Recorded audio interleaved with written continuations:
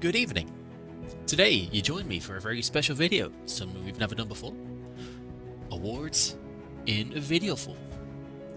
Before anything else, I would like to state, if you cannot be bothered to watch the entire thing, want to be chat shit for I don't even know how many minutes, there'll be a timestamp in the description where you can just skip to the awards list, one for GDL, one for GDL2. And aside from that, yeah, I'm just going to present the normal awards that you'd usually see in GDL, but a little bit more visual, a little bit more entertaining, hopefully. And please let me know how you find this format of presentation. I think it's a fun idea, but if people prefer just a written version next time, then we know that. And yeah, without further ado, let's get into it. Welcome to the GDL Season 12 Awards. But first, a word from our sponsors. The GDL Season 12 Awards are brought to you by Tjukberg Industries. Tjukberg Industries and its stores of many names are your destination for all things swimming, coolness and throwing. Shop now at visittukepittsburgh.pokemonshowdown.com. Alright, let's quickly go through the award summary. We have GDL MVP, the All Attack and All Stars, the Best Backbones, Top Tier Flops, Best Low Tiers, the Carry, Best Free Agent, and lastly the Clutch. Then we have 4 coach related awards which come at the end. And without further ado, let's get into it. So the first award is always a big one. We have GDL MVP award, which was this season between a couple of big names. We had Zeraora mentioned, we had Tapu Koko mentioned, we had Gardevoir mentioned. However, none of those become MVP. The award goes to Tapu Fini of the Dancing Dragons. Random Heroes really pivoted this thing well. It's been the captain of a team that's gone 7-1, grabbing 11 kills on the way. It died 6 times, so that's kind of what Fini's supposed to do. It's been really solid, really good as well, like with creative offensive sets, and it's a very deserving MVP candidate. And yeah, congratulations to Random Hero and his Fini. Next, we have All Attack and All Stars, where we have Zeraora, kill leader with 13 kills and 3 deaths only. And then we have Mienshao of the Golden Guard Dogs. Despite Doge missing out on playoffs by a game, it still got 12 kills, only 4 deaths, which, you know, that's very good and absolutely deserving a mention. Next up, we have the Best Backbones. Now, Aurorus may have been the kill leader of the Salisbury Scrafties, but its fantastic all-around stats and great utility with Terra Fairy and Electric made it a mainstay and like a great team supporter and kind of a jack of all trades. So that's definitely the best backbone. It could have also qualified for best low tier, but is what it is. Gardevoir is another one of these Pokemon. Do you think it's more offensive based? But it's been such a good support Pokemon with his healing wishes, with like the tech that I've been able to put on it, where it like really has anchored this team of like a bunch of threats, and absolutely deserve a mention. Beating some pretty key Pokemon to the same combinations. Next up, we have top tier flops. I don't really love talking about these, but they're just in there for a joke. If you're in this, send complaints to please send your complaints to Terra. He put me up to this. It was all. This entire thing is a conspiracy about Big Terra. Yes. And I also like how Tornadus and Clefable doing the exact same pose. Look at the feet, bro.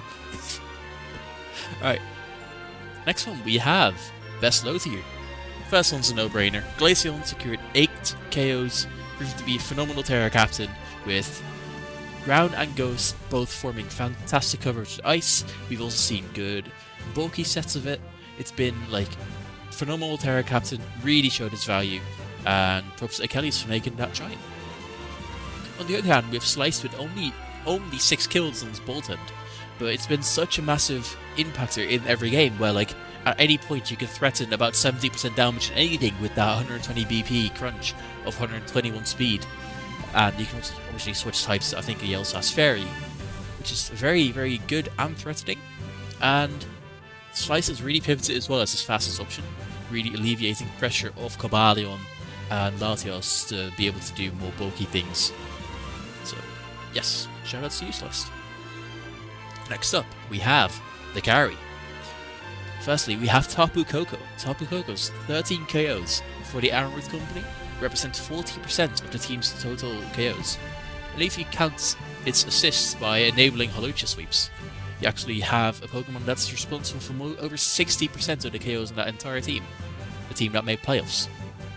So, a very, very deserved nomination. And I think it says a lot that this was also nominated for MVP. Next up, we have Duke Pittsburgh and his Heatran. It has literally been Mr. Consistent. On a team with a very inconsistent, let's say, Dragapult hasn't been fantastic. You've had a Heatran that's been really good when it's been offensive. It's really tied together when brought up to like a more bulky set. It's been good at hybrid sets in between, where it's like just doing so many things at the same time. And because Duke has these couple of really nice switches to ground and to Walter, especially the Zarude as a potential pivot and like partner for it, it's really allowed Heatran to shine, and it's done fantastically this season. Now we have best free agents. Firstly, we have Sceptile. Sceptile joining in, I believe, after week 5, with Terra Electric saved Terra from relegation single-handedly in the last week against Doge, which by itself could have qualified it for the clutch, but it wasn't as dramatic as our nomination for that. And secondly, Chandelure from Slice's Isashura Embers has had a big impact in every single game it's played since joining. It joined in week 6, but with a makeup game against Lunar that it could play for. And I think it says, it says a lot that it's already like 4th in his kill leaders after being on the team for a third of the season. So, yeah. Next up, we have the clutch. Who else but Korogonal? And some people use Acid Armor on their Korogonal. Karma uses Plot Armor. Really good move. You have to admit it. It's really good. And, it's not quite Rest Recover territory, but this thing against Ninja Warrior to clutch that win just barely, a little bit of luck on the way, it's just beautiful to see. Carmen is the survival expert somehow. They keep pulling it off. They did it again. Props to Korogonal, man. Alright. Now we move on to the Coach Awards. Alright. I expect to see the Obama awarding Obama picture in the server. Yes, we did reach an agreement that I am Coach of the season. More interesting is Random Hero, who got Most Improved Coach after missing out on playoffs in his first season. Going 7-1 is no mean feat. And it's actually quite funny because he has a lot of these games that are like really close, really tight. So like he's like 7-1 plus like 3, well he's like plus 10 I think. But that reminds me a lot of like, honestly reminds me a lot of myself when I was like a little bit, like a couple years ago where I was like winning, all the games were close. And I think it's very cool to see some new players joining, really growing very quickly. And it's exciting to see what he does next. Next up, we have the biggest upset. When you have a former finalist, multi-time semi-finalist in one game versus someone that just promoted and was hard stuck in GDL2 for ages. You pull up to a game like, yeah, I'm rooting for Ninja Warrior, but I'm expecting Azara to win. And then you look away for 1 minute and the Victini's just swept. Some of these moments are just beautiful. And it deserves a mention. Speaking of Ninja Warrior, the Carmen Award for the most creative coach could go to no one else. Rivalry Luxray is just one of many things. Gengar's has such good support use this season on Ninja's team. It's been really exciting to watch Ninja games because you really do not know what you're going to pull up to. And yeah, for that he gets his mention. Alright, that's that for GDL Awards. We will see you back for the playoffs, of course. And first we have GDL2 now, so don't leave yet. Here's the summary, and here's the coach summary. And with that, we go into GDL2. But first, a word from our sponsors. The GDL2 Awards are brought to you by Goblin Gobbler Company. Do you love going up, then down, then up, then down, and so on? A little bit of fluctuation, some pivoting perhaps. possibly even some promoting and relegating? If your answer is yes, then the Goblin Gobbler company has just a product for you. The Go-Go Yo-Yo is fantastic at everything you need, and no other tool can bring you the consistent inconsistency of a true relegation and promotion expert. In stores everywhere, buy your Go-Go Yo-Yos today. That's some shit. The GDL2 MVP is Metagross. He's got 12 kills for the Alaskan Snow Runs and the Messiah. It's probably not even the one anyone expected. You know, because if you look at the kill leaderboard, it's about 5th or something on there. But it's been really fantastic. It's been really good, even the games that I didn't play. Whereas, let's say, a Dragapult got as many kills. Firstly, was it Maverickine didn't make playoffs. Secondly, Steelers above it didn't make playoffs. But like Scizor is the kill leader, but Scizor is not the MVP because this Metagross has been so immense in everything it's done, even when it hasn't been getting kills, that it really deserves this mention. And yeah, congratulations to the Messiah. All Attack and All Stars, we do have the aforementioned Scizor with 13 kills. I'm pretty sure there was a mix if it was 13 to 14, but it's definitely 13. Multiple sweeps, including one that secured a playoff position for Mr. Vagabond and the Sin City Psyducks, who improved massively on their Season 9 appearance. Kingdra, on the other hand, has been the offensive ace for the Kyrokurums, a second placer. Literally 2 turns away from instant promotion. Fantastic season, congratulations Nebula on that. Yeah, Kingdra is something that's been not seen much in GDL pretty much the entire history. Last time I really saw her do anything was Season 2. This is Season 12. And it's really fun to see that, and I think Nebula's also used it very well. Yeah, well, what else can we say? It's a Kingdra, it did a lot of things. And Agency. Next up, we have the best backbones. Now, Landorus T is, you know, an offensive tank, offensive Pokemon, but what's really done for Fish, it has been using offensive sets, but it's also had this crucial pacing where like he can send it in, get the Intimidate drop, and just like click U-turn or whatever. He doesn't really like clicking rocks for some reason. That's not what Fish does, I guess. But you know, he likes a little bit of pivoting, going up and down. Yeah, he has been really using that Landorus to really pace the rest of the team really well, which is what has allowed that Volcanion to get that many kills. It's, I believe, on 9. What has got a lot of these Pokemon into better positions.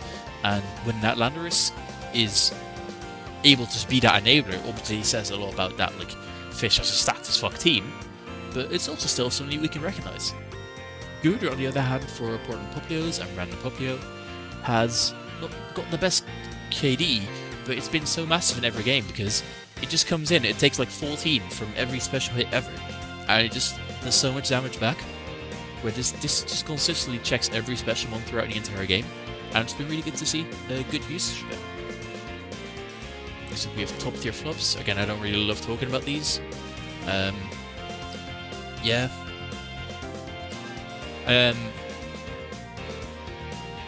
Yeah, alright. I have nothing to say. The best low tiers, though, I do have something to say about.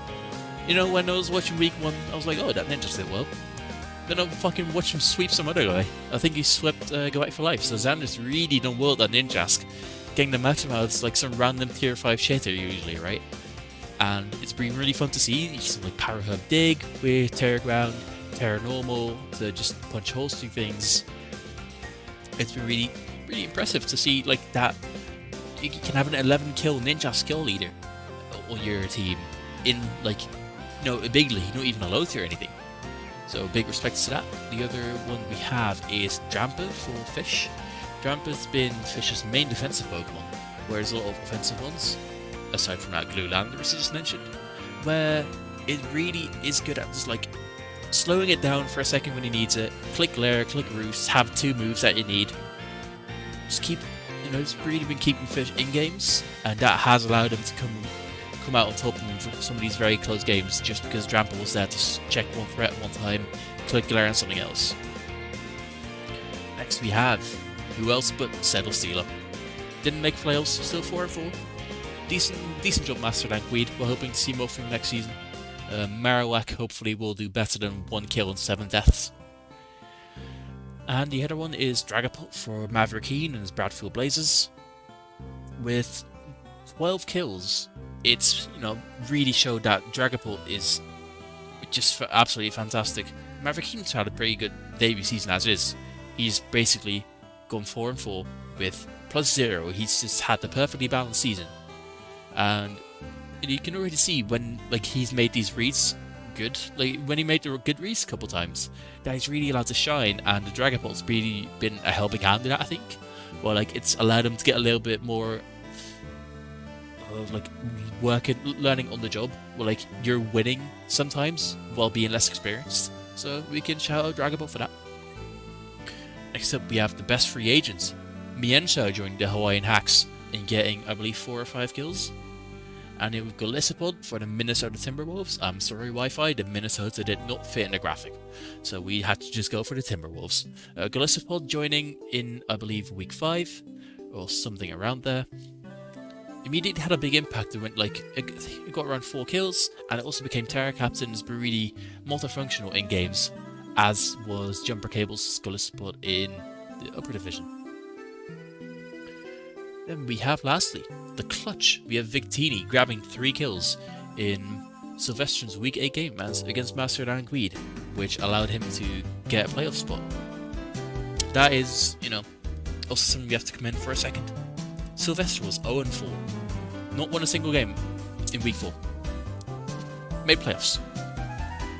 Does it make sense to you? Me neither. Is what it is. Congratulations, Sylvestron, and be able to see much more epicness for you in playoffs. And we have the Coach Awards. We have Coach of the Season. We do have Fish. I think it's, when someone's literally not even on the same wins as anyone else, it's just, completely clear like that, you just kind of have to give him Coach of the Season. Fish secures that. Most improved coach is Nebula. Nebula just managed to get into playoffs in season 11 and then crashed out immediately. But it was a decent but unconvincing start last season. But when you go 6-2 to follow up on that, I think it shows firstly growth, and it shows that you're a little bit more comfortable playing the game, and it's been good to see. So yeah, congratulations again to Nebula. Then we have the biggest upset. Talking about Nebula, when someone's this good and also started the season really well, and then you play against Goodbye for Life, who I love that guy. Where he's mostly just playing in his spare time, which he doesn't have too much of because he has children and job and things I don't have. And then you just get 5-0 or some shit. I think it was 5-0. It was I remember being surprised loading up the replay and huh? Yeah, that's pretty much all there is to say about that. And very lastly, we have the Sylvester Award for Most Creative Coach. We have Master Dankweed. He has had a couple of consistent performances like either DD or Scarfred Reagan, but he's also been really creative, as Master Dankweed is. You guys know this. Well, there's the Settle Steeler, but I don't think there's anything I can say that justifies, shows how wacky Master Dankweed's builds are. Creative isn't even the right word. It's wacky. It's shit that no one else would bring because it's terrible, but it works. And I think that's amazing. And yeah, what else can you say, man? Good job, Master Dankweed. Alright, and that's that. So the award summary right here for you. And the next slide. And yeah, that'll be it. So I'd like to thank everyone for watching. My apologies for if there's any rambling or if there's any too loud breathing or anything. I'm a little bit sick. And again, please let me know if you enjoyed the video format for awards. If you're still watching, comment your favorite player that isn't you this season. Yeah, and that'll be it. Thanks for watching, guys.